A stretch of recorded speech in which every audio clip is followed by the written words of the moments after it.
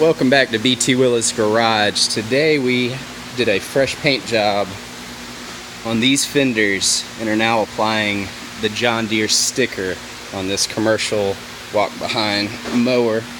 So what we're doing here is looking to get it about an inch from the top.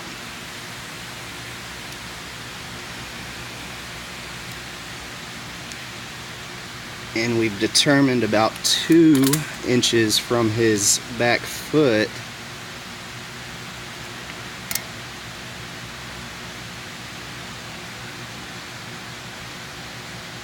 That's about perfect. Check that one more time, that 1 inch spot. That's close. It's close. All right, so go back there and let's take a look and see if we need to. I'm thinking the front needs to go down a little bit from here. Yeah, well, actually it's rounded. Okay, let me just do that. Looks perfect to me. Okay. So these small little changes can make a big difference to the overall appearance of the mower. You can really see those fenders pop.